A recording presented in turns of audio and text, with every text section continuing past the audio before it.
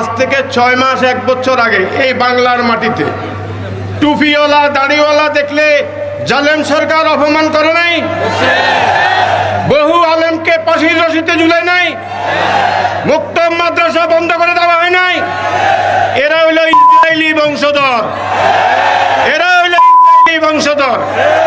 গাজা রক্ষার আগে মাতৃভূমিকে রক্ষা করেন, এরা যাতে বাংলার মাটিতে আর প্রবেশ করতে না পারে, ঠিক কিনা? প্রিয় ভাইয়েরা, আমাদের একটা জিনিসের অভাব, সব কিছু আছে মুসলমানদের মধ্যে, সেটা কি ঈমান এবং আকীদার অভাব, ঠিক কিনা? যখন পবিত্র মক্কা নগরী বাদশাহ আব্রাহ তার বাহিনী নিয়ে আক্রমণ করেছিল, আল্লাহ তাআলা তার কুদরত দিয়ে মক্কা নগরীকে রক্ষা করেন নাই? তাহলে এত পৃথিবীর কোটি কোটি মুসলমান থাকতে আজকে গাজাবাসীদের উপর আজকে যুগের পর যুগ ইহুদিবাদীরা অত্যাচার করছে, আমরা কেন প্রতিহত করতে পারছি না?